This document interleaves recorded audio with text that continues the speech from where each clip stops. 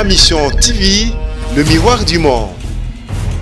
Bote d'abord l'union sur Ma Mission TV, to pesi bino merci pour la confiance pour ça la kabiso ya kozela information mo colonion soto la kabino to ebisa kibino Ma Mission ezali liso na bino esika information ezali lito ina bino koyoka esika information ezali komemela bino pona nini te makolo na bino ko kita en temps réel information nini to elibino lelo.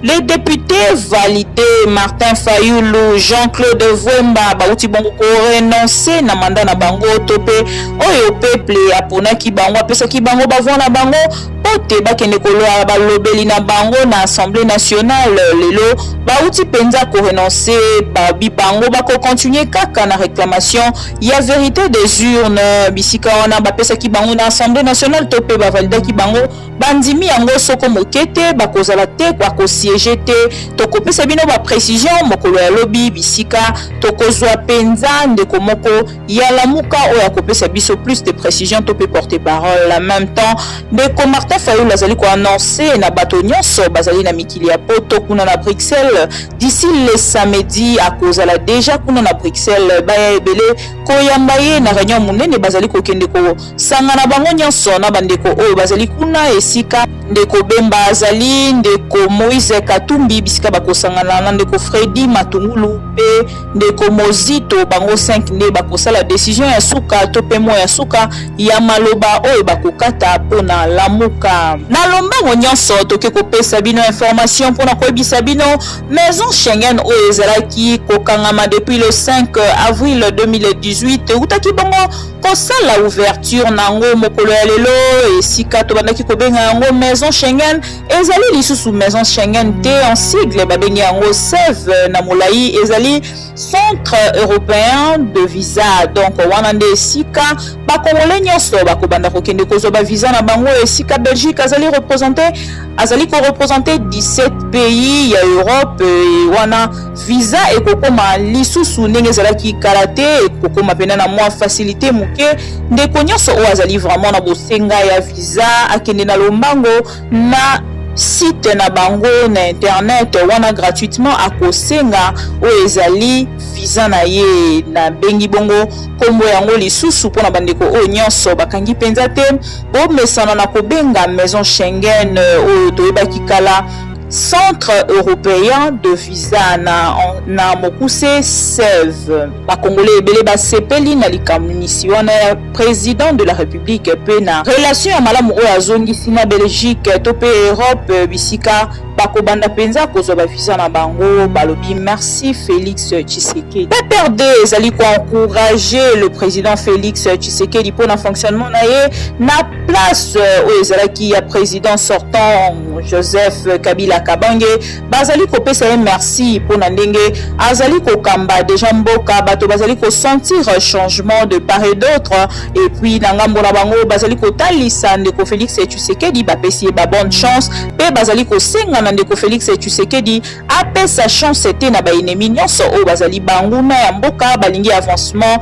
ya Congo démocratique te likambo ya informateur nde esika eza kopesa penza trouble makasi na esika etali ba parti oyo mibale FCC to pe UDPS to cash to PPRD pona nini kuna na ngambo ndeko moko ya UDPS ye penza atenaki bameki un peu ko se défendre na part ya UDPS à l'obinine. Je crois que dans cette proposition, il y a à boire et à manger, parce que le PPRD déjà, il nous parle des sociaux-démocrates, pendant qu'ils sont dans le FCC, avec des libéraux, avec des communistes, avec... je crois qu'il serait mieux d'abord que le PPRD, en tant que parti politique, se positionne par rapport à ses alliés, et puis à ce moment-là, on peut parler idéologie. Nous, en fait, nous sommes cash, nous sommes avec l'UNC, nous sommes du même bord philosophique et politique. De notre côté, il n'y a pas de problème, mais je crois que les amis du PPRD doivent un peu voir dans leur entourage avant de faire de telles propositions. Parce que moi, je crois que le président Félix Tshisekedi, après tous ces tumultes, après toutes ces élections, sa volonté était d'abord de composer avec tous ceux qui veulent le bonheur du Congo. Donc, à ce stade, aller dans un débat idéologique, je crois que c'est prématuré. Ce qui est plus important aujourd'hui, en ce jour, c'est les Congolais qui veulent reconstruire leur pays, le Congolais qui veut le bonheur du Congo. Et des Congolais. Je crois que c'est ce qui est plus important. Je ne refuse pas ce débat, mais je crois qu'il est quand même prématuré du moment où le peuple lui-même est allié à des libéraux et le peuple est allié à des communistes. Ministre Steve Mbikai atalisi bongo ndeko Bruno Tshibala pe gouvernement na ye mobimba bameka na kotika pe kodémissionner na lombango po te permettre na ndeko Félix Tshisekedi asala avancement na ye kitoko na gouvernement na ye ya sika po komona bango kokontinue kaka kozala wana to pe koboya kolongwa na kiti wana ezali kosala ke gouvernement en place ezala vraiment na avancement te to pe komemama ya institution ya ndeko Félix Tshisekedi.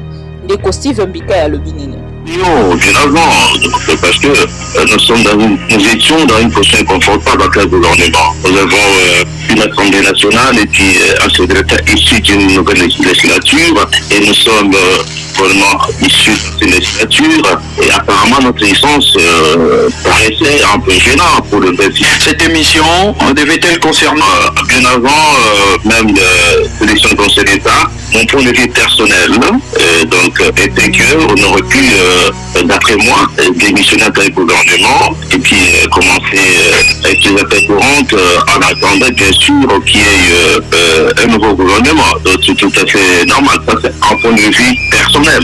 Non, ça c'est un point de vue. J'ai dit bien que j'aurais voulu que le Premier ministre dépose sa démission pour nous tous, nous puissions à ce moment-là, n'est-ce pas, être démissionnaires et attendre le nouveau gouvernement. Sauf que nous devons partir attendre les députés. Mais les autres, déjà en principe, continuer ces affaires courantes en attendant le nouveau gouvernement personnel. Il a l'impression que ce soit le Premier ministre, notre ministre aussi, ils sont pas malaise.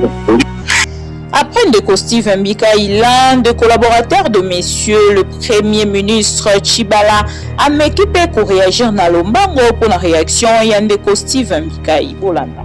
De ce film politique, je crois que M. Mbikai, un intellectuel de sa trempe, m'étonnerait de faire une telle déclaration. Comme je disais, qui relèverait vraiment de ses émotions au lieu de produire des arguments des droits, pas de l'automatisme. Je crois que la démission du Premier ministre ne se fait pas sur base en fait, de déclarations politiques, mais la démission relève en fait de procédures constitutionnelles qui sont clairement définies dans notre constitution, qui était dans une situation d'incompatibilité avec l'air fonction de député. Vous le savez que le Premier ministre n'a pas été candidat aux élections législatives, raison pour laquelle il n'est pas concerné par cette décision du Conseil d'État.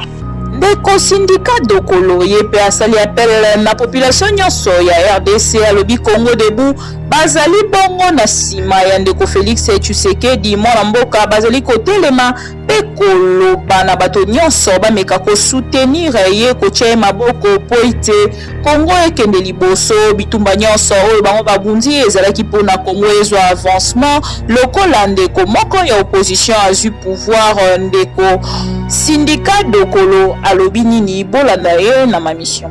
De l'alternance à la tête de l'État, c'est arriver à changer la manière dont l'État a été géré sous l'ère Kabila, avec en mettant un terme à la mauvaise gestion, en mettant un terme à la corruption, en offrant plus de respect pour la justice, pour les textes, et donc c'est tout l'enjeu. Et on se rend compte déjà, ça c'est le premier point, que M. Tshisekedi est résolument prêt à assumer sa responsabilité de ce qu'il appelle son pouvoir par opposition au pouvoir de M. Kabila, et ça c'est très encourageant.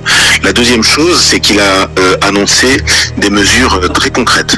Il a parlé de programmes dont on ne sait pas trop comment il va les financer, notamment la partie sociale, mais il a annoncé des choses qui sont très concrètes, comme par exemple dans le domaine des libertés citoyennes. Nous, en tant que société civile, nous avons combattu ce que nous appelions la dictature de M. Kabila, et de ce point de vue-là, on a le sentiment qu'il y a des vrais engagements qui sont pris, concrets, et qui sont d'autant plus forts qu'ils sont annoncés dans le temps. C'est des mesures immédiates, et notamment il y a un aspect très important qui est la question de la libération des prisonniers politiques, sur lesquels vraiment on attend. Il a annoncé que ça serait fait dans les prochains jours, et donc ça c'est vraiment une attente très concrète et immédiate que nous avons, la société civile. Et puis le troisième point que je salue, qu'on trouve positif, c'est le fait qu'il ait lui-même invité les Congolais à porter un jugement, à accompagner son action au niveau de son programme.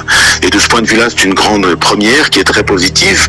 Merci na balandi nyonso ya Mission TV bozalaki wana pona biso pona bino tolobaki tokozala liso na bino esika information ezali litoi na bino pona nini te makolo na bino esika information ezali kokita en temps réel toyebongo koyebisa na balandi nyonso ya Mission TV lelo ba jeune moko ba activiste bakitaki bongo na assemblée provinciale komeka kotelemela ba députés provinciaux pona koloba na bango balingi clair na makambo etali gouverneur bazwela bango gouverneur ya pamba te pona ba intérêt na bango mais bazwela bango gouverneur oyo akosala penza esengo ya bakinois to pe akozala moko akopesa esengo na population oyo akozala vraiment na sima na ye po ete mosala ya Congo to pe longi ya Congo ya Kinshasa capitale ezala vraiment kitoko makasi pona bato nyonso oyo bakouta libanda to pe kokota na oyo Kinshasa. On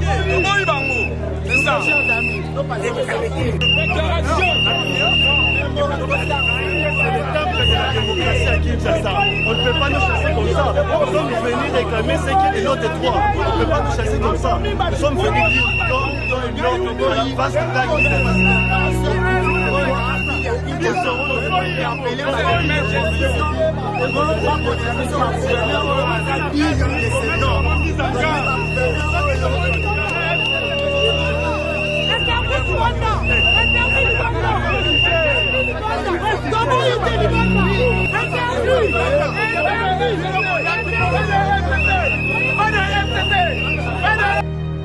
Merci de nous suivre de partout. Topesi merci.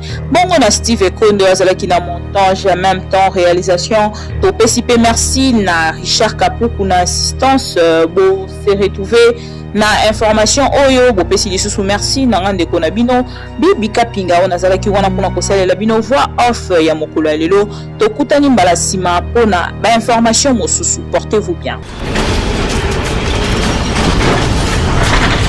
Mission TV, le miroir du monde.